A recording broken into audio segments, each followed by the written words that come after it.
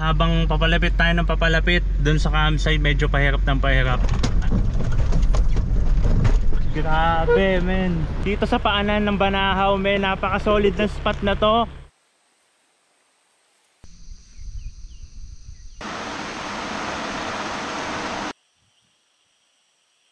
Check natin kung gaano nga ba kalamig ngayon.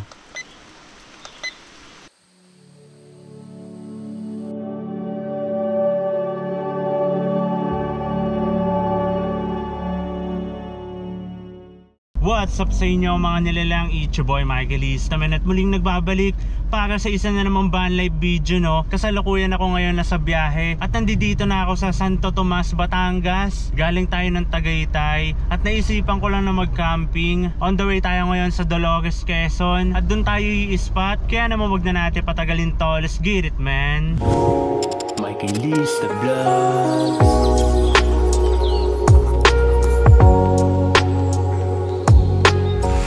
Mga nilalang, kakalabas lang ng bagyo ngayon dito sa Pilipinas, ang bagyong Enteng. Kaya naman inaasahan ko na din na uulanin at hahanginin ang camping adventure natin na to.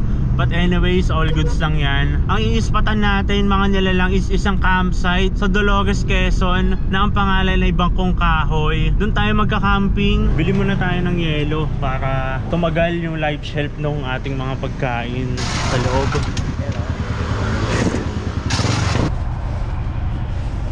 So yun mga nilalang, nandito na ako sa San Pablo, Dolores, Quezon Road. At tignan nyo naman yung panahon sa likuran ko men. Pa-Maynila yan, medyo papalayo naman tayo sa malakas na ulan, kaya all goods lang.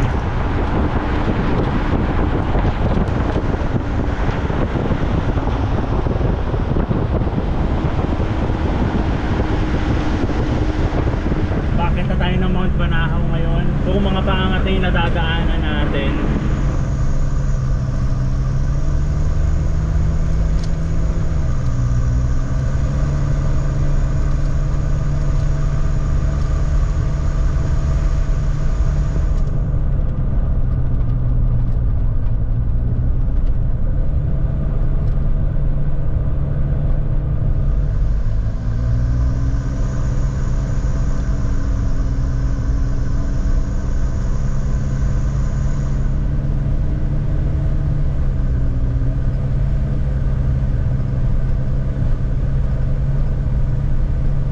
Nandito na tayo sa paanan ng bundok ng Mount Banahaw men. Papasok na Bangkong Kahoy. Anyways, habang papalapit tayo ng papalapit dun sa campsite, medyo pahirap ng pahirap. Kinakabahan din ako dahil hindi pa tayo masyadong sanay sa mga ganitong daan men. Pero anyways, all goods lang yun dahil adventure to. Harapin lang natin yung ibibigay sa atin. Let's go!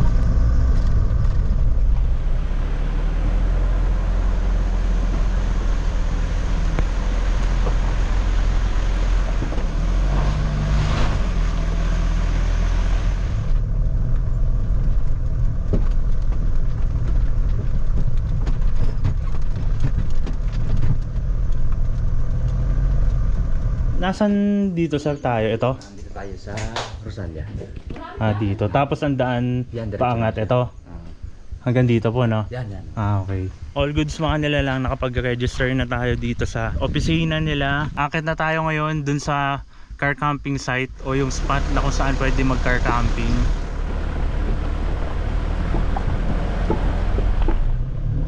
Mga gamit natin, nagkagulo na. Sa lukuyan na umuulan ngayon, men. Hi, pwede magtanong, saan ba dito yung papunta dun sa car camping site? Pwede magtanong.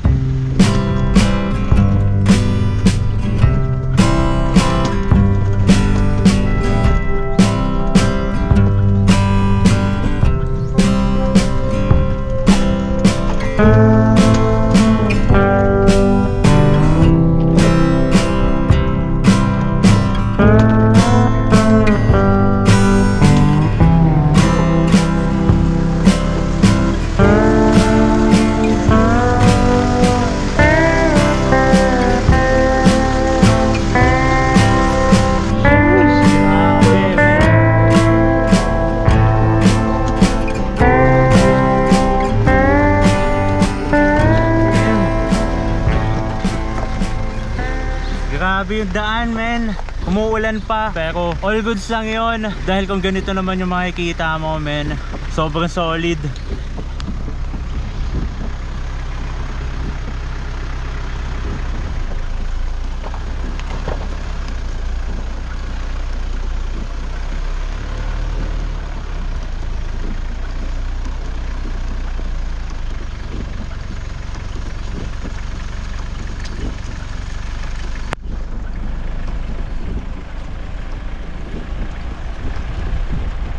All goods mga nilalang, nandito na ngayon tayo sa Bako Kahoy campsite dito sa paanan ng Banahaw. May napaka-solid na spot na to. Medyo inalog lang talaga kami ni homie sa rough road na dinaanan namin, pero all goods lang yon, men. Tignan mo naman, sobrang ganda, men. Di mo mapagkakaila.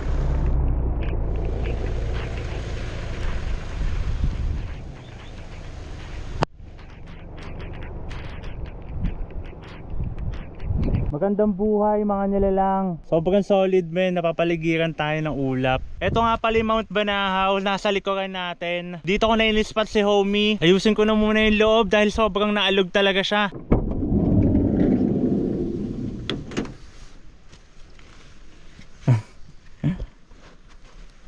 Ano, peace? Namimintana ka pa kanina.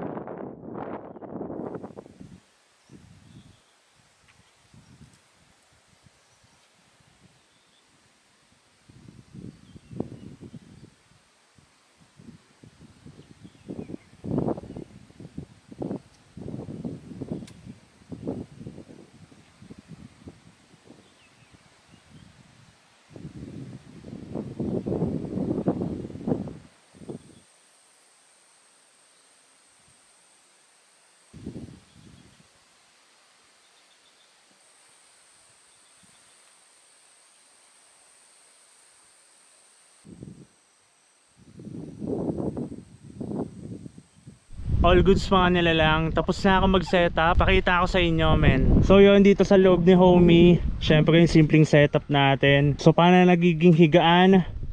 At dalagin natin yung dalawang power supply natin, Bluetti and Apex Pro ng Thunderbox. At nilagay ko na rin dito yung lamesa natin na extension para patungan ng tubig at kung ano-ano pa. Sa kadahilanan nga na southwest nanggagaling yung hangin, which is dito ay naglagay ako dito ng tarp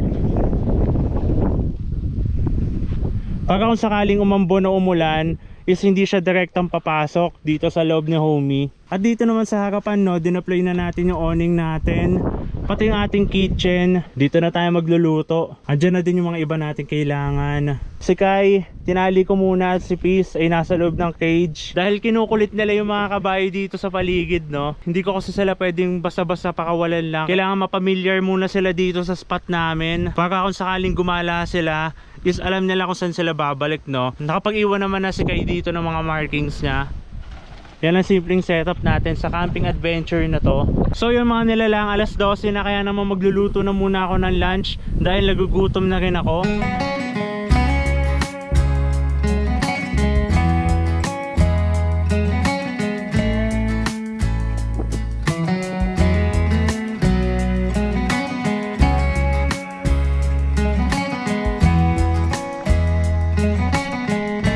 Mabilisan luto lang tayo. Ang ulam natin Shanghai.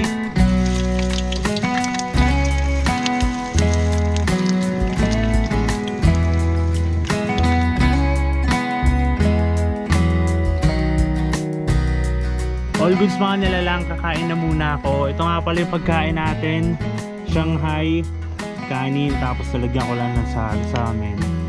Tapos ito yung view ko. All goods. Kain tayo mga nilalang.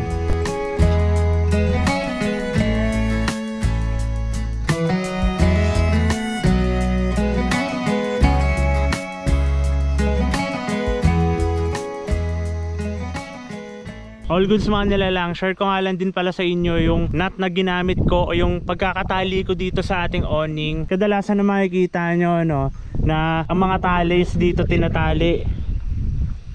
Sa akin ang ginawa ko, pabaliktad. Sa kadahilanan nga na dito nanggagaling yung hangin. So kailangan ikokontra natin yung pagkakatali niya.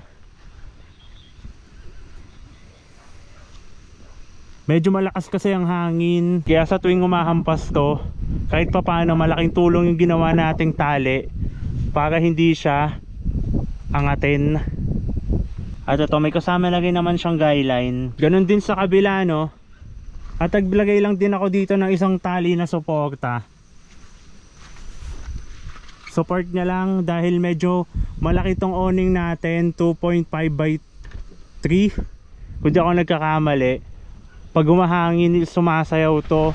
So may tendency na mapuputol tong ating support dito. Yung simpleng tip niyan ay sana magamit nyo sa mga susunod na camping adventure nyo. Kung sakali man na mangyari sa inyo yung mga ganito kalalakas na hangin. So yung mga nilalang, change weather again. Nag-uumpisa na naman umambon. Solid. Napaka solid ng experience na to, men.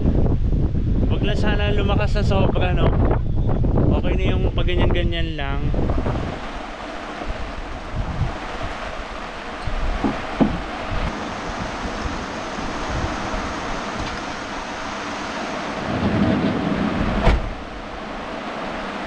All goods.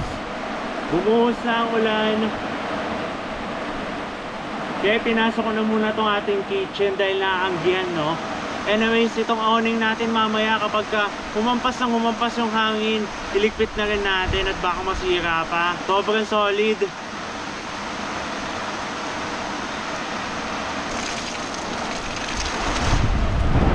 Ang mga ganitong experience mga nilalang is parte yan ng adventure. Kaya dapat pipiliin mo lagi na maging kalma sa bawat bagay na dumadating sa'yo. Tulad na ito, biglang lakas ng ulan. Huwag ka magpapanik, no? Walang magagawa yung pagpapanik mo. Ang gawin mo na lang, ikalma mo yung sarili mo at gawin mo yung mga bagay katulad ng pagliligpit ng mga gamit. But anyways mga nilalang, sobrang solid na naman ang view ko dito.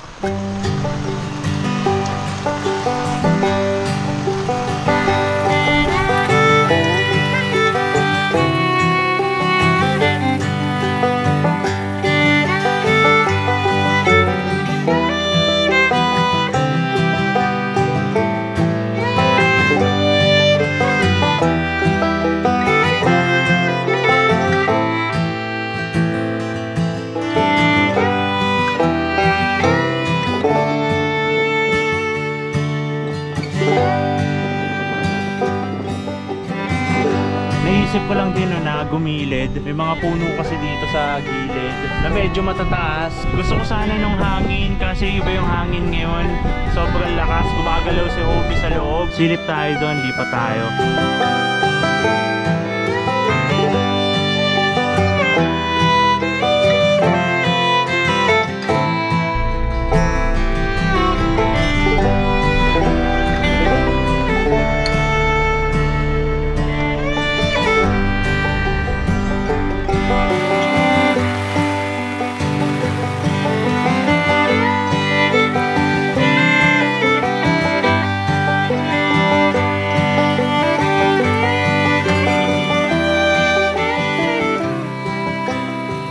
All goods na tayo mga nilalang. May hangin pa din pero hindi na ganun kalakas. Anyway, may papakita ko sa inyo mga nilalang. Doon yung spot natin kanina, oh. Nakita niyo yung ulan na yun na naglalakbay. Doon tayo kanina nakikipagsagupaan doon. Kapal ng pag, oh. Hindi na tayo makita dito, men.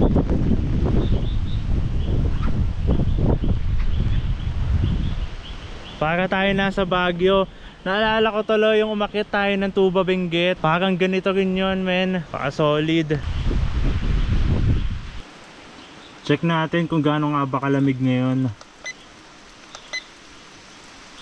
22. Malamig-lamig na to, men. 5:19 pa lang mga nilalang.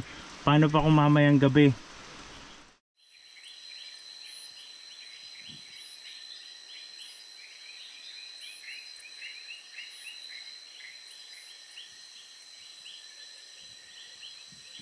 Sobrang lamig na sa labas mga nilalang, as in tansya ko mga nasa 19. Sarado na muna natin yung likuran ni homie para malis yung pasok nung hangin dahil sobrang lamig talaga, may naninigas na yung mga kamay ko. Anyways, magluluto na rin naman tayo ng dinner para medyo mainitan yung loob ni homie, no?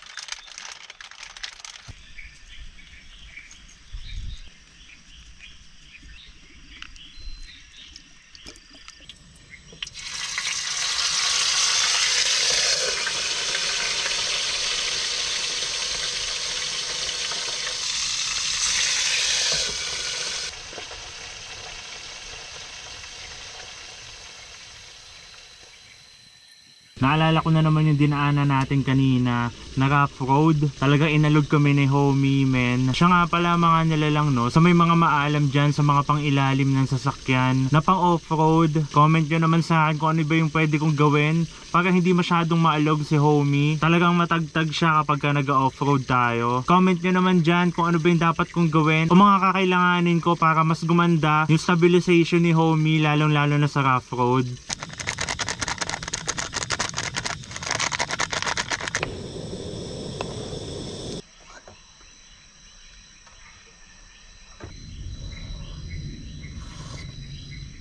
All goods mga nilalang, kakatapos ko lang kumain. Sila Kai at saka si Peace, pinakain ko na din. Ayusin na muna natin yung mahihigaan natin para sa gabing to.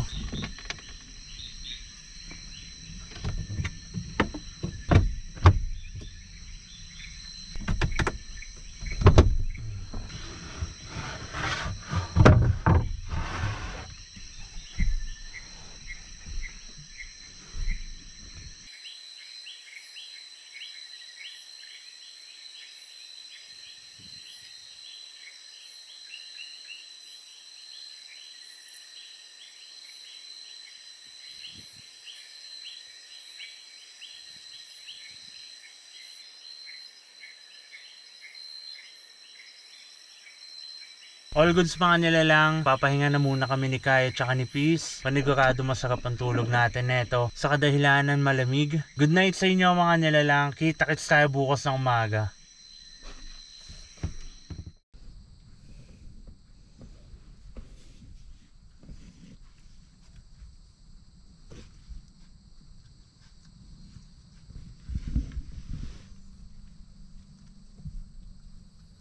Good morning sa inyo mga nilalang. Dito na agad pala yung bisita natin.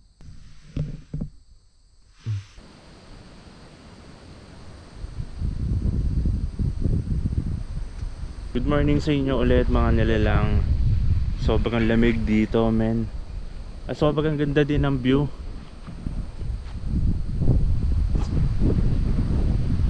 Papakawalan ko muna sila Kai tsaka si Peace para naman mag-aalaga sila.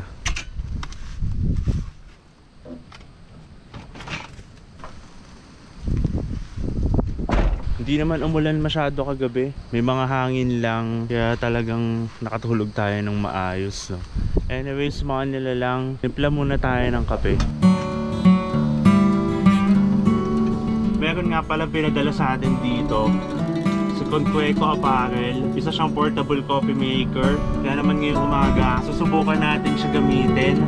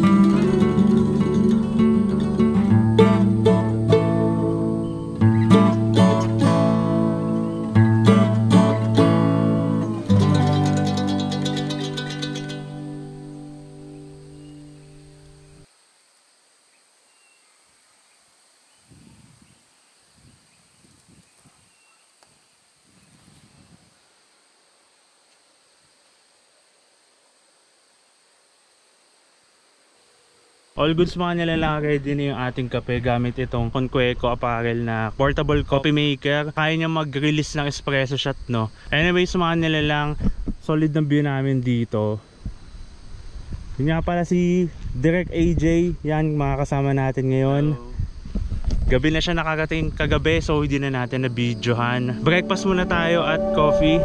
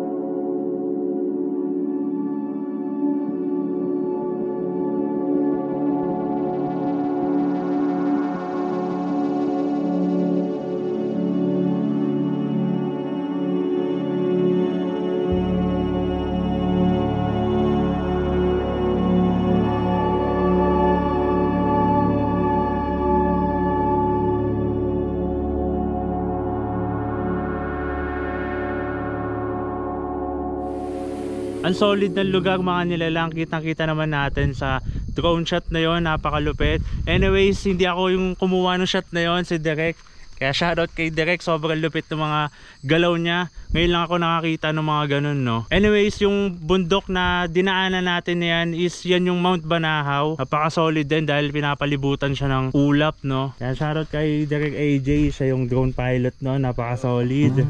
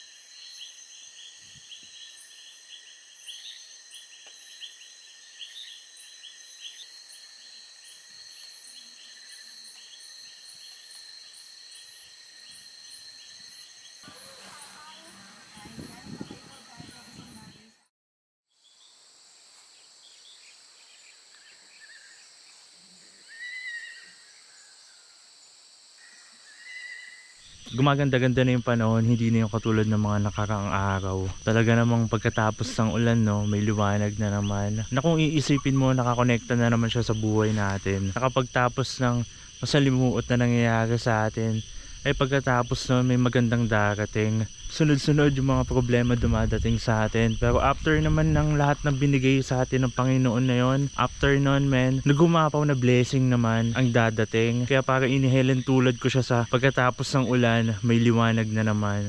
Dahil sa buhay natin, pagkatapos ng unos na mangyayari sa atin, may liwanag na darating. Dahil yun yung binigay sa atin, kailangan natin pagdaanan, kailangan natin maranasan para mas tumibay pa tayo lalo. Basta ako, ang alam ko lang, hindi matatapos ang problema, hindi rin matatapos ang blessing, at hindi rin matatapos ang solusyon. Kaya habang nabubuhay pa tayo, piliin natin lagi maging masaya. Gawin natin lahat para sumaya tayo at yung mga taong nasa paligid natin. All goods.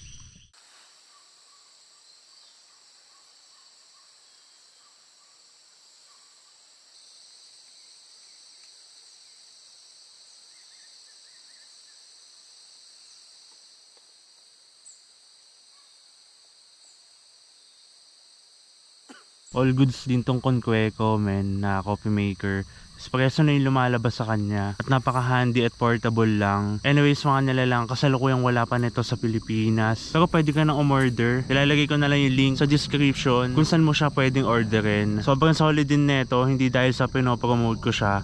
Solid siya para sa akin dahil kung gusto mo yung mga mabilisang timplahan ng kape na espresso pa, pwedeng pwede to. Yung tipong pag nasa camping ka, anytime na gusto mong magkape, all goods na all goods to. At siya nga rin pala mga nilalang, no, meron din tayong ipamimigay na discount voucher sa mga gustong bumili ng ganitong portable coffee maker na pwede nyo magamit para at least makales kayo, no? Kape na tayo. Sobrang sarap lang ng tulog ko kagabi dahil hindi naman din umulan. Actually maganda na yung panahon pero hindi pa rin naman nagpapakita yung araw. Anyways mga nilalang, so ko lang sabihin na babalikan ko tong spot na to, etong bangkong kahoy, dahil sobrang ganda niya at iba yung pakiramdam o feels na binibigay niya sa akin pag nandito ako men. Hindi ko man siya mabalikan agad pero pangako ko babalikan ko to at isasama ko na rin yung pamilya ko.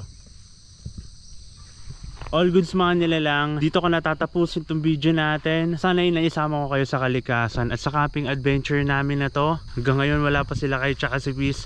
Anyways, maraming salamat sa panunood. It's your boy Mikey Lisa man. Peace! Kay! Nangapit bahay pa, uwi na kami. Uwi na tayo. Salamat sa ka.